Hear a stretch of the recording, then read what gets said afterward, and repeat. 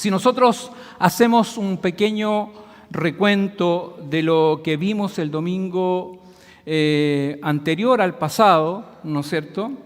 Estuvimos compartiendo los primeros versículos de este capítulo y habíamos compartido que de la fama de Jesús había corrido y las personas creían que Dios estaba con él y habían ocurrido cosas extraordinarias, cosas que las personas estaban perplejas, sorprendidas, anonadadas por lo que Dios estaba haciendo a través de este gran hombre, a través de Jesús. Recordemos que él, mientras estaba en la sinagoga, se había manifestado un endemoniado y la autoridad de Jesús había hecho que los demonios salieran de esa persona. También vimos que en medio de la multitud Jesús había sanado a un leproso. Y estas cosas hacían que la fama de Jesús corriera por todo Galilea. Habían personas que veían en él un hombre extraordinario, un hombre distinto a lo que ellos estaban acostumbrados a escuchar en las sinagogas o en las exposiciones que se hacían, porque Jesús era un maestro. Así lo dice la Sagrada Escritura, era un rabino, él era un enseñador de la Sagrada Escritura, pero él trazaba con autoridad la palabra de Dios. Y por lo tanto, habíamos visto la vez pasada que habían unos amigos de un paralítico, ¿no es cierto?, que habían escuchado de Jesús. Y por lo tanto, ellos, con una fe, ¿no es cierto?, tremenda en Jesús de Nazaret, van y lo ubican donde él está, en la casa donde él está. Al parecer él descansaba en ese lugar, se dice que era su casa, su familia, y el lugar ya estaba lleno. Dice la palabra del Señor que nadie podía entrar a la puerta. Y estos hombres que no se iban a dar por vencidos, porque sabían que algo iba a ocurrir con su amigo, dice que subieron al techo, a la parte alta, abrieron el techo y bajaron, ¿no es cierto?, a este paralítico y está frente a Jesús. Y lo que decíamos que en esa instancia, lo que ocurrió con este hombre fue lo más extraordinario que a una persona le puede ocurrir. Es el perdón de los pecados. Fue lo más glorioso que él pudo experimentar en esa hora, en ese momento. Y Jesús mostró la autoridad que él tenía como hijo de Dios y parte de la deidad de Dios, que señaló y dijo, para que sepáis que el Hijo del Hombre, ¿no es cierto?, tiene potestad, autoridad, investidura para perdonar pecados. Le dijo al paralítico, toma tu lecho y anda. ¿Qué es lo que ocurrió? No solamente ese día fue algo glorioso para el paralítico porque recibió el perdón de sus pecados, sino que además recibió sanidad para su cuerpo físico. Y de esa manera Jesús entonces mostraba su autoridad. Y estos hechos que están ocurriendo de manera secuencial, dice que los investigadores, que Jesús sale del lugar, de la casa, porque ya, ¿no es cierto?, quería despejarse un poco de la presión de la cantidad de personas que habían en ese lugar. Dice que él salió, dice el versículo 13, ¿no es cierto?, que salió hacia el mar, hacia la costa, a sentir la brisa del mar. Y dice que aún ahí, estando en ese lugar, nuevamente la gente se comenzó a golpear. Y lo que hacía Jesús era enseñarles. Eso dice el verso 13, que en la medida que la gente se juntaba, lo que Jesús hacía era enseñar con autoridad las Sagradas Escrituras. había necesidad en las personas. Ya habíamos comentado que valga la redundancia, el comentario de la gente era que no habían escuchado por mucho tiempo, o quizás por décadas, ¿no es cierto?, a alguna persona que hablara con la autoridad que este hombre hablaba de las Sagradas Escrituras. Porque en él no había mixtura, no estaba contaminada la palabra que él estaba hablando, no eran inventos de los fariseos, no eran estas cosas que ellos habían interpretado los fariseos y que de alguna manera querían que todos cumplieran la ley de Moisés, o la ley de Dios conforme a lo que ellos interpretaban. No. Jesús estaba hablando la palabra y estaba trazando bien la palabra de verdad. Por lo tanto, la gente tenía esa necesidad y ansiaban escuchar a Jesús.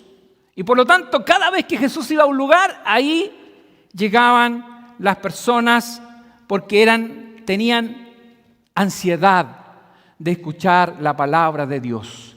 Y eso es lo que está ocurriendo hoy día en nuestros tiempos. Dios está levantando hombres para trazar bien la palabra de verdad. No una palabra con mixtura, no una palabra sacada de contexto, no una palabra donde rescata ciertas cosas para saciar el estómago de muchos que buscan gloria propia. Nosotros buscamos a través de las Sagradas Escrituras que la palabra de Dios sea glorificada, que la palabra de Dios haga vida en nuestros corazones, que de tal manera que nuestras vidas sean transformadas y cambiadas por el poder de la palabra del Señor. Así que Jesús se dedicaba a enseñar. Y eso es lo que queremos nosotros también, que Él nos siga enseñando a través de su hermosa palabra. Así que Jesús estaba en esto. Dice que Jesús terminó, eso es lo que se va concluyendo, terminó su enseñanza y Él comenzó a caminar por la costa. ¿Y con quién se encuentra? Había un gran personaje ahí, estaba Leví, que también es conocido como Mateo, quien después fue un hombre que Dios lo usó, ¿no es cierto?, para escribir el Evangelio según San Mateo. Así es que Jesús iba pasando y lo vio ahí. Él era un hombre publicano. ¿A qué se le denominaban publicano? Eran una especie de contratistas que servían al gobierno romano. Trabajaban para la tesorería del imperio y por lo tanto recaudaban los impuestos. Y había mucho comercio judío. Usted sabe que los judíos ellos tienen habilidad para la negocia, para el negocio, ¿no es cierto? Lo sabemos.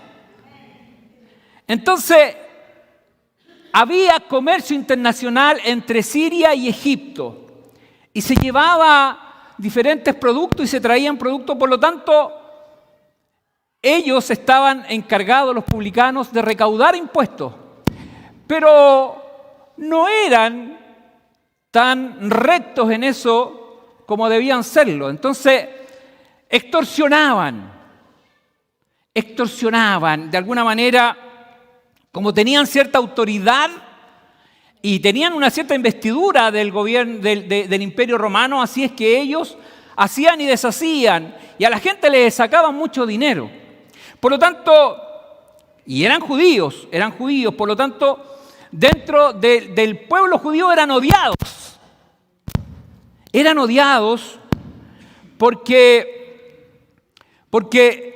ellos de alguna manera afligían a los comerciantes judíos, ¿no es cierto?, sacándole más dinero de lo que correspondía. Habían todas estas cosas que se pagan, ¿no es cierto?, coimas que nosotros conocemos en nuestro lenguaje, que ocurre, no sé si ocurre en nuestro gobierno, parece que no, ¿no? Parece que no. Ocurre en todos lados. Esto, ¿no es cierto?, esta corrupción que siempre se manifiesta ha sido de toda la vida, porque el problema está en el corazón del hombre. Ahí está el gran tema. Entonces, la mala fama de ellos había corrido porque eran extorsionadores.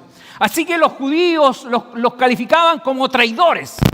Eran traidores al pueblo, a los hermanos. Y era tan así que los fariseos ocupaban un término, una expresión para calificarlos, que era ham haraet.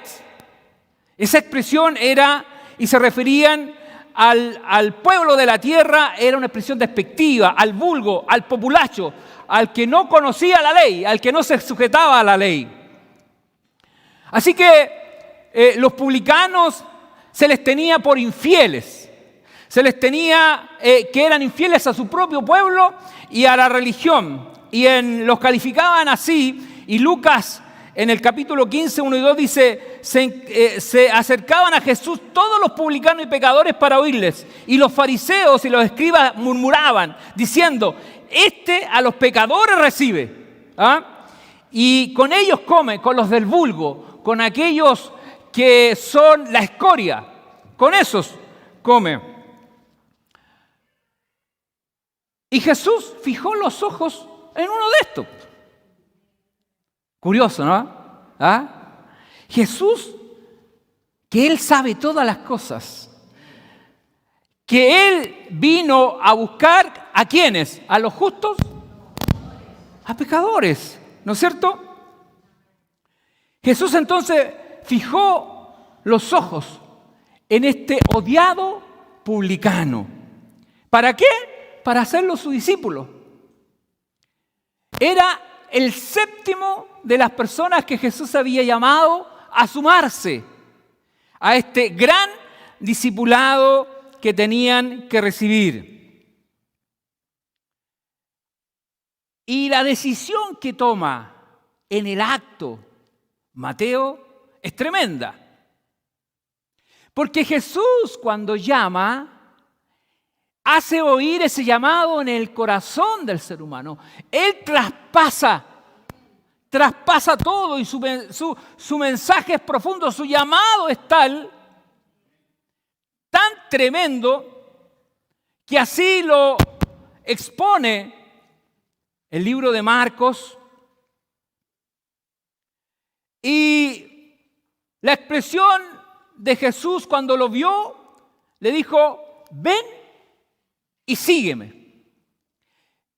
En el libro de Lucas da un poquito más detalles de esto.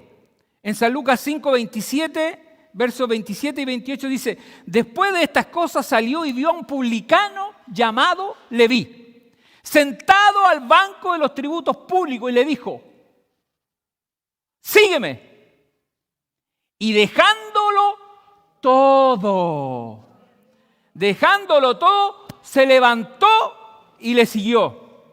Mateo lo que hizo fue renunciar a un lucrativo negocio que le daba una solvencia económica tremenda.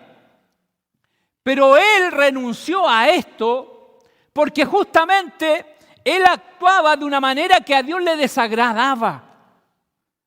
Era un trabajo donde extorsionaba, donde vivía de coima, donde había corrupción.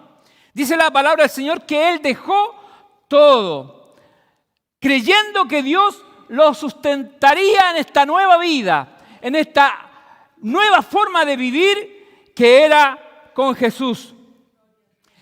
Lo tremendo de esto, que aquel que renunciaba a la tesorería, el que renunciaba a la tesorería del Imperio Romano, a un cargo de esas características, nunca más podía volver a tomarlo. A diferencia quizás de los otros que dejaron sus redes, dejaron sus barcos, ¿no es cierto? Que después nosotros vemos que en algunas oportunidades ellos volvieron a realizar la pesca, a tomar sus botes, pero Mateo no lo podía hacer. No podía ir a presentarse nuevamente al gobierno romano y decirle, miren, tengo necesidad de trabajar, es posible que me puedan reinsertar laboralmente? No tenía ninguna posibilidad. Así que él, sabiendo eso, porque no es que no lo sabía, él sabía, pero él renunció porque para él había algo mejor. Había una llamada del Señor que transformaría y cambiaría su vida. Él no estaba pensando en el tema económico, sino que estaba pensando en el impacto que había provocado las palabras de Jesús en su interior. Así es que él renunció para seguir al Maestro. Fíjese que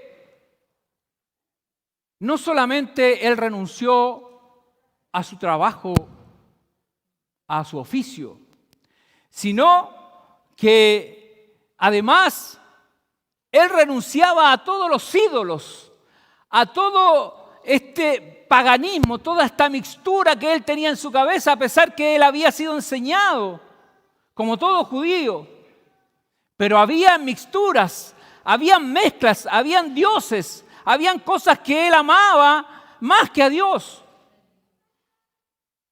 Por lo tanto, en esta renuncia, él está renunciando a ídolos, está renunciando a esas cosas que él amaba, estaba renunciando a aquellas cosas que habían determinado su vida por algo que para él traería un cambio de vida.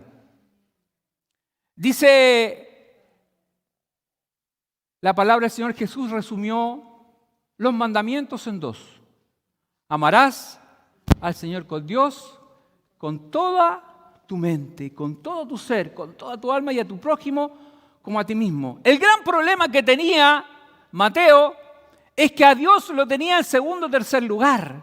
No era parte de su prioridad. Pero ahora, ¿no es cierto?, él anhelaba, y este llamado que él había recibido había provocado en él esto extraordinario de renunciar. A renunciar. Y cuando la palabra del Señor nos manda a renunciar, no es que nosotros muchas veces, y que lo voy a compartir a propósito de un testimonio que estuve el viernes compartiendo con los hermanos gedeones, porque lo que Jesús llama, no, cuando dice, si el que no dejare esposa, padre, hijo, ¿no es cierto? Algunos lo sacan de contexto, ¿ah? Y se quieren separar, quieren dejar a los hijos. No, si eso no es lo que está diciendo el Señor. Lo que Él está diciendo, que por sobre nuestro matrimonio, por sobre nuestros hijos, por sobre todas las cosas que para nosotros tienen un orden y que Dios lo estableció, Dios está primero. Él está por sobre todas las cosas, porque a partir de ahí Él ordena todo. Dios pone orden en nuestras vidas, en nuestros matrimonios, en nuestros hijos, en todo. El Señor nos ayuda, nos da sabiduría para ser mejores esposos, mejores esposas, mejores padres, mejores madres, guiando, enseñando a través de las Sagradas Escrituras. La palabra del Señor nunca se contradice. Y el llamado de Leví fue extraordinario. Y fíjese que a propósito de esto, el día viernes nos invitaron a una cena en Viña del Mar. Los hermanos gedeones hicieron una cena para pastores de diferentes partes. Y como nosotros tenemos gedeones acá, también nos invitaron.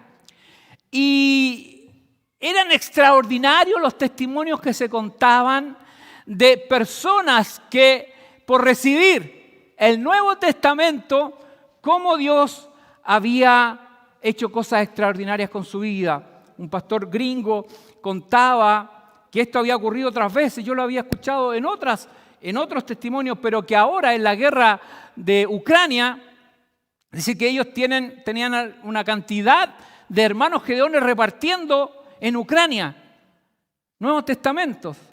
Y a un soldado le regalaron un Nuevo Testamento y el soldado lo había puesto aquí debajo de su chaleco antibalas. Y mostraban ahí el testimonio.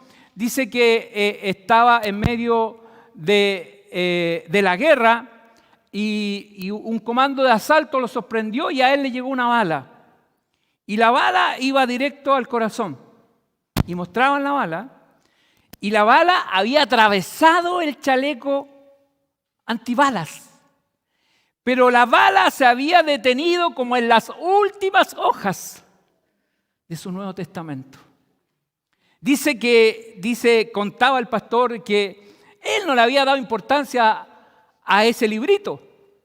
Dice que después que él volvió de ese comando, pidió conseguir un librito nuevo.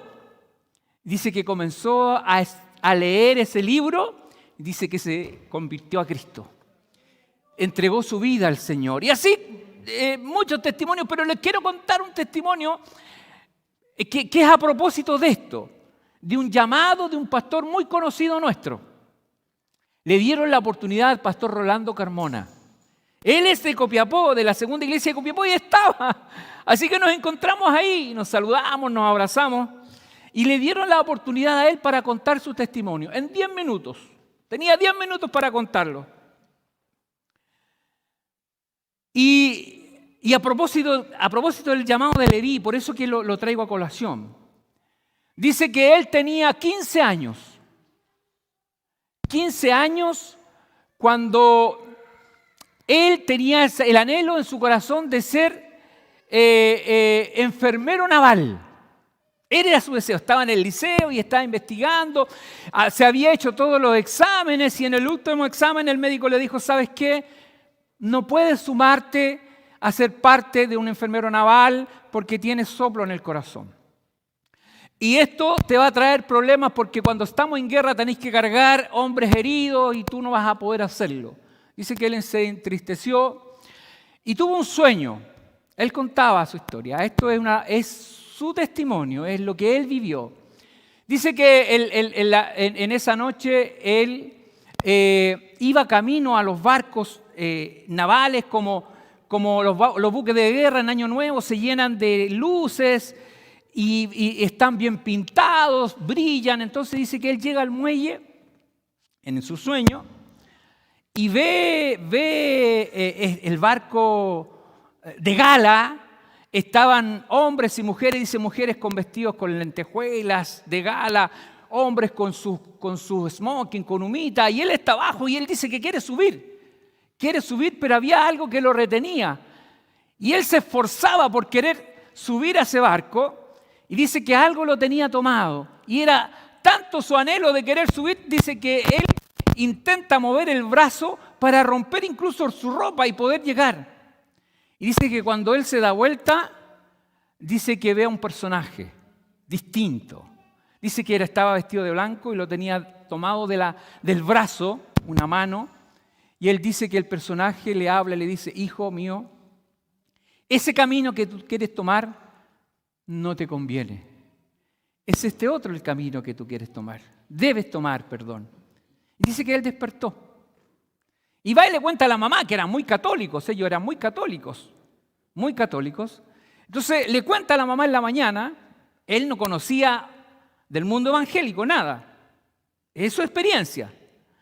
Y dice que le cuenta a la mamá, y la mamá, que era muy católica, le dice, mira hijo, anda a la misa de las 8, habla con el cura, cuéntale lo que te ocurrió y ve que él te va a orientar. Dice que él fue, entró al confesatorio y comenzó a contarle al curita sus sueños y las cosas que él anhelaba y cómo él podía interpretar esto.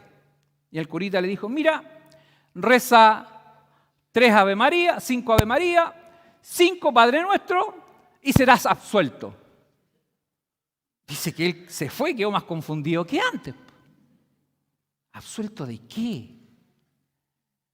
Con esa confusión dice que se va el día domingo a distraerse, le gustaba ir al cine, va al cine, al Teatro Velarde en Valparaíso, que estaba en la Plaza O'Higgins, dice que de pronto él comenzó a caminar por alrededor, no se dio cuenta, y dice que llega a la calle Victoria.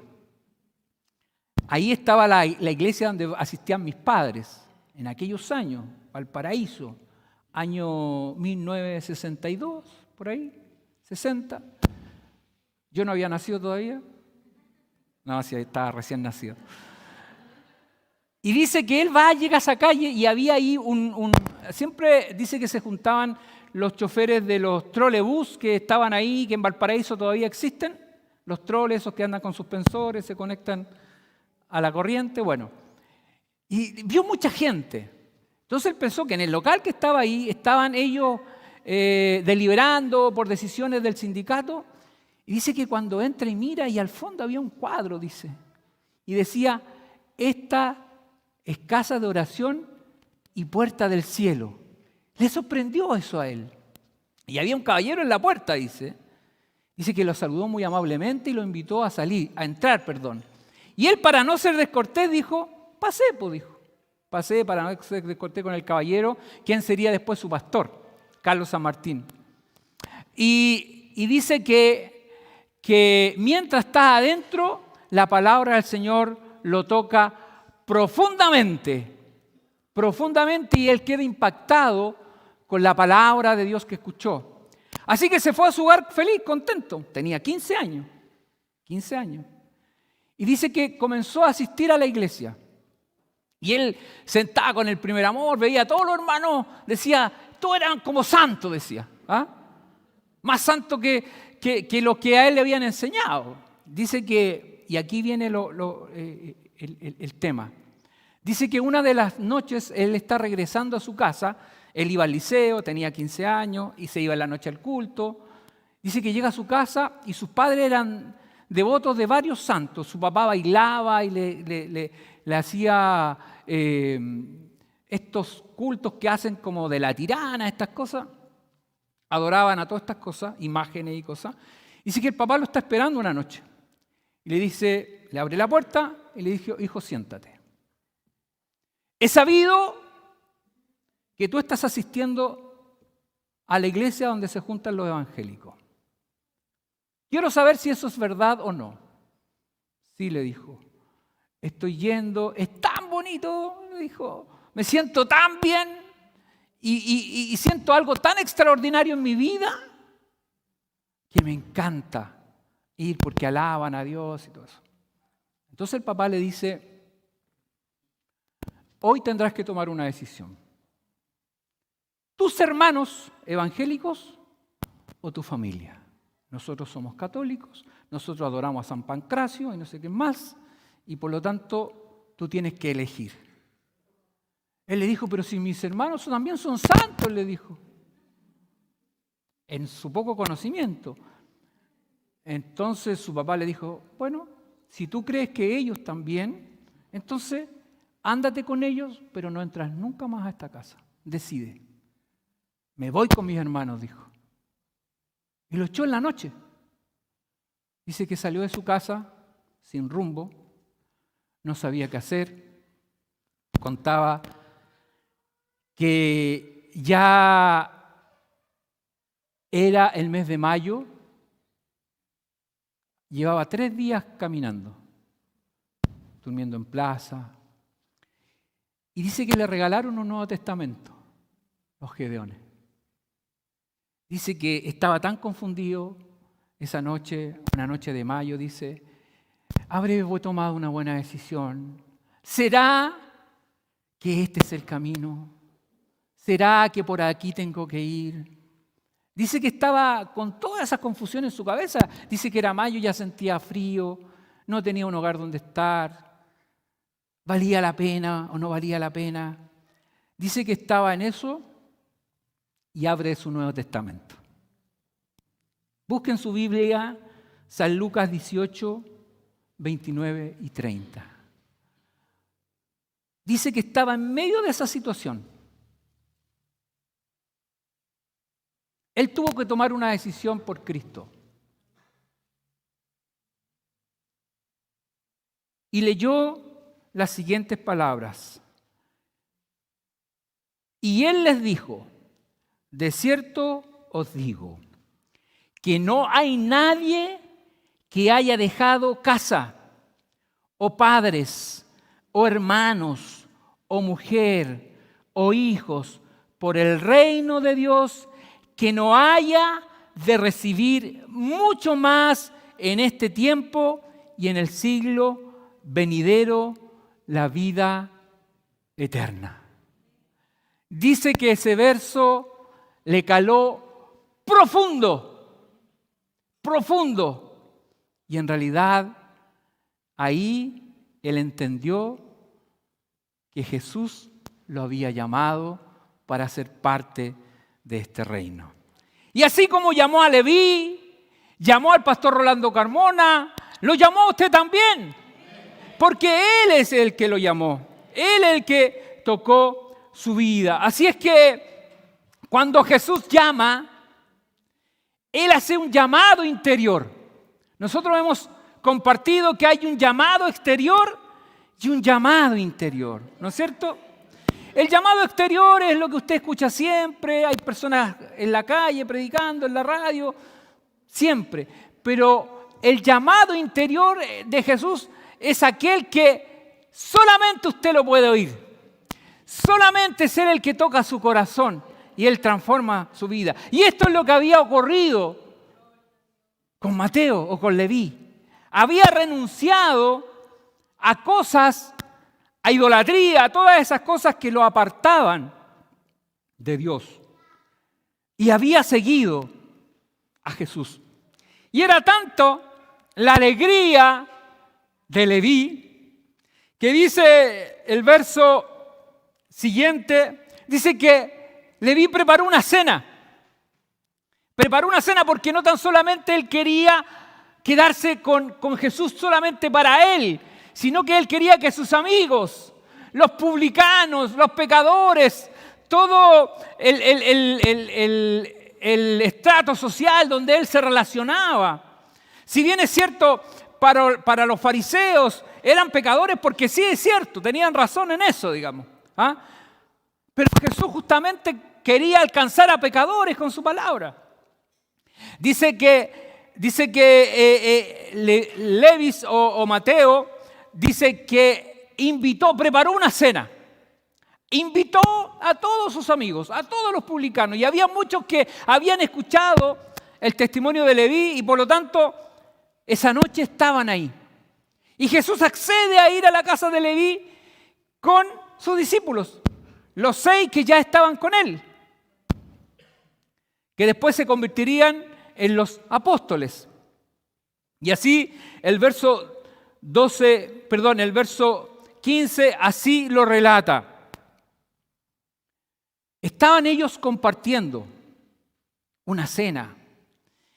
La forma de camaradería que compartían con ellos, colocaban como ciertas colchonetas en el piso y comían de una manera especial, se inclinaban y comían ahí y compartían. Uno de los comentaristas bíblicos dice que en aquel tiempo para comer la gente se reclinaba sobre colchones, sofás, panes, alrededor de mesas bajas. Mesas bajitas, ¿no es cierto?, apoyado sobre el codo izquierdo, y por lo menos esa era la costumbre en ciertas fiestas, en ciertas actividades de gala. Y aquí, por lo tanto, había una crítica directa contra Jesús. Porque ustedes recuerden que la enseñanza que los judíos habían establecido es que ellos no podían comer con pecadores. Gente que no se sometía, siendo judíos, obviamente, no se sometían a la ley de Moisés.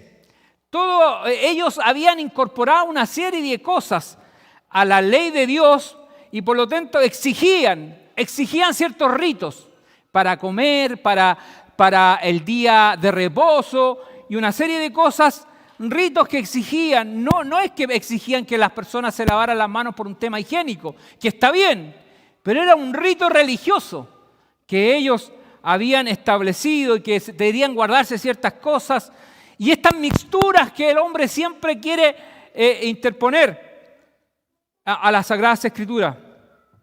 Así que estos hombres, que también eran pecadores, ¿no es cierto?, estos publicanos que estaban ahí en esa cena, de alguna manera los fariseos criticaban a Jesús porque él se estaba reuniendo con pecadores.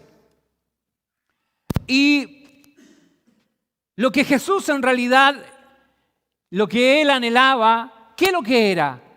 Llamar pecadores al arrepentimiento. Eso era. Y así comienza el libro de Marcos. Así comienza hablando Jesús, que él vino a llamar pecadores al arrepentimiento. Dijo, arrepentíos y convertíos, que el reino de los cielos se ha acercado. Por lo tanto, no había una contradicción en lo que estaba haciendo Jesús.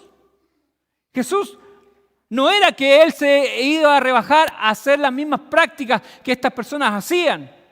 Jesús tenía las cosas claras, pero él tenía que hablarle a estos hombres. Sin embargo, lo que recibió, y lo dice el verso 16 y 17, que inmediatamente Jesús fue criticado por esta situación. Y seguramente los fariseos y los escribas lo estaban esperando afuera, estaban como mirando y siguiendo a Jesús siempre para buscar alguna falla.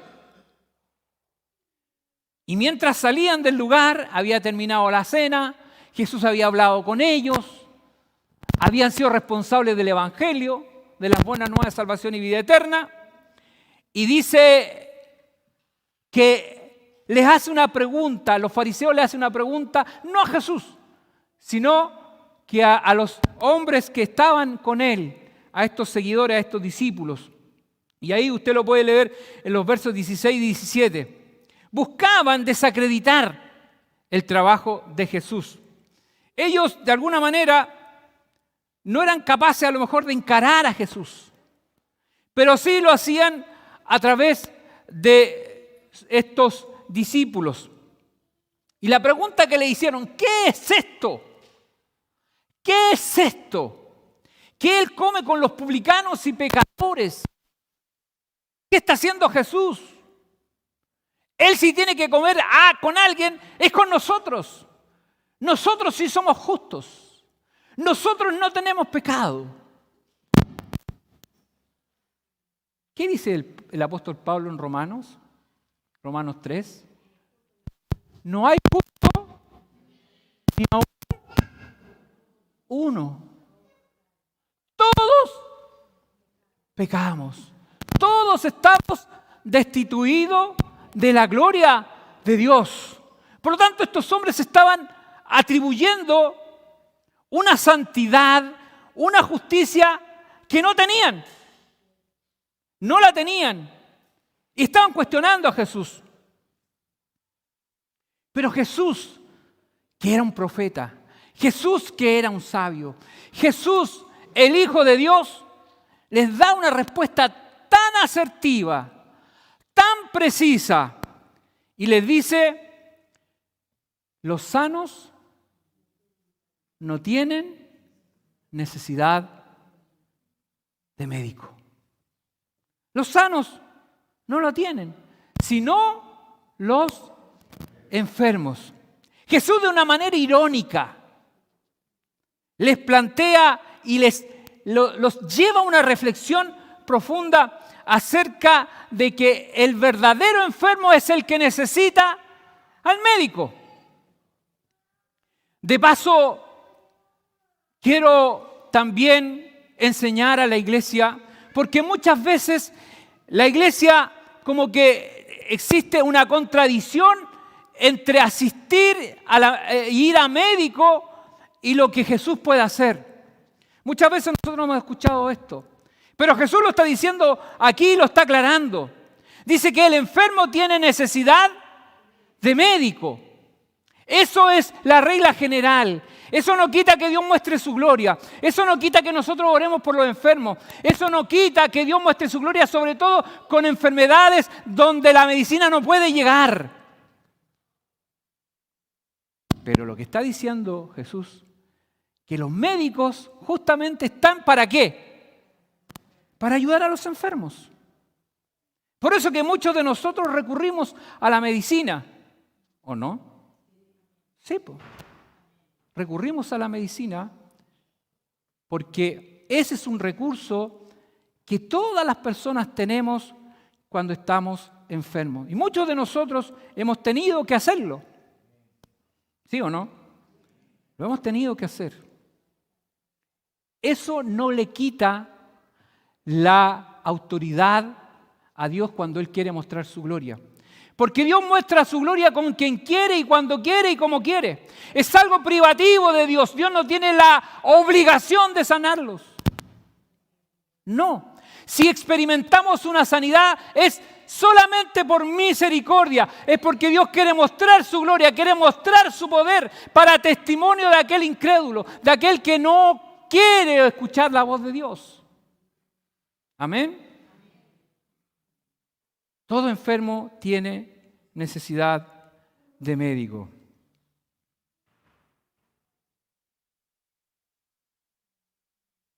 Por lo tanto, lo que Jesús está diciendo acá, Jesús establece algo importante. Si hay alguien libre de pecado, si hay alguien que es justo, entonces no necesita ser justificado ante Dios. No necesita la venida del Hijo de Dios. Aquel que cree y presumidamente piensa que es justo y se puede presentar solo al tribunal de Dios. De acuerdo a lo que nosotros hemos entendido de las Sagradas Escrituras, ¿existe alguna persona que pueda presentarse por sí mismo, por sus obras, por lo que ha hecho ante el tribunal de Dios? Ninguna. No hay nadie que pueda presentarse ante Dios. Por eso que Jesús dijo, no he venido a llamar justos, sino a pecadores a arrepentimiento. Eso es lo que dice el Señor. Y Lucas lo complementa, no he venido a llamar a justos, sino pecadores al arrepentimiento. Todo aquel, por lo tanto, que reconoce su condición, todo aquel que reconoce que ante Dios no tiene la capacidad de ganarse el cielo por sus obras, no es capaz de cumplir la ley de Dios, porque Santiago, en el capítulo 2, verso 10, si no me equivoco, dice que la ley de Dios se cumple completamente. Si hay algún artículo, si hay algo de esa ley que no se cumpla, ya ese personaje no es justo. Por lo tanto, la ley de Dios se cumple completa o no se cumple. Así es que todos hemos sido destituidos de la gloria de Dios, por lo tanto, todos necesitamos a este doctor, todos necesitamos a este médico, todos necesitamos a Cristo en nuestra vida y Él está llamando permanentemente. Si usted ha oído la voz del Maestro, siga ejercitando y escuchando su voz. No se detenga, no pare, porque el Maestro todos los días quiere enseñarle algo. Todos los días Él tiene que corregir cosas en nuestras vidas. El Señor nos quiere llevar a que por sobre todas las cosas pongamos a Dios. Y todo lo demás quede en segundo o tercer lugar. Él quiere quitar los ídolos de nuestra vida. Solamente Jesús es el que llega a lo más íntimo de nuestro ser. Mateo escuchó la voz de Jesús. Él la escuchó y renunció a la vida que llevaba, incluyendo todas aquellas cosas, todos esos matices oscuros que llevaba la vida de Mateo. Dice que él renunció para tener una nueva vida en Cristo y tener salvación y vida eterna. Por lo tanto, todos necesitamos venir a Cristo. Todos necesitamos reconocer que somos pecadores. Todos los días necesitamos de este medicamento glorioso que es la palabra de Dios para que Él siga restaurando y sanando nuestras vidas. Las autoridades de nuestro país necesitan a Cristo. Los que están organizando esta agenda 2030, que tiene muchas cosas que se contradicen con lo que Dios ha establecido. Toda esa gente necesita a Cristo. Necesita cambiar esa mentalidad oscura y tenebrosa que tienen, que quieren destruir la familia, quieren destruir los hijos, quieren destruir la maternidad. Ellos necesitan también a Cristo. Y la iglesia del Señor tiene que seguir proclamando la verdad del Evangelio. Jesucristo vino a pecadores, Él vino a cambiar, Él vino a transformar, a hacer nuevas todas las cosas. Incluso, ¿quiénes hoy día usan la palabra de Dios para sus propios vientres, para hacer mixtura, para contaminar la palabra de Dios? También tienen que arrepentirse de sus pecados. Tienen que entender que la palabra de Dios no puede ser trastocada. La palabra del Señor no puede ser contaminada. La palabra de Dios tiene que trazarse tal como está en las Sagradas Escrituras. Los predicadores tienen que esforzarse por escudriñar la palabra de Dios. Pedirle al Espíritu Santo que los guíe en todo lo que se tiene que exponer. Porque hoy día hay muchos predicadores que están engañando y siendo engañados. Dios tenga misericordia de nuestra iglesia. Dios tenga misericordia de nuestro pueblo. Y que nosotros amemos la palabra del Señor por sobre todas las cosas. Y todo lo que está en ella es para edificación, para disciplina, para exhortación. Porque Dios quiere lo mejor para nosotros. Dice la palabra del Señor, y con esto termino, en el libro, en la carta de Efesios, en el capítulo 1, Filipenses 1:6, dice que el que comenzó, que me gusta ese verso a mí, el que comenzó la buena obra en cada uno de nosotros, Él la perfeccionará hasta el día de su venida. Gloria a Dios para siempre. Dependemos entonces exclusivamente de Él. Él es el que está tratando en nuestros corazones. Que el Señor siga trabajando en su vida, que el Señor siga transformándolo cada día. Porque lo que estamos viviendo hoy es nada con el tremendo peso de gloria que nos espera. El Señor les bendiga grandemente.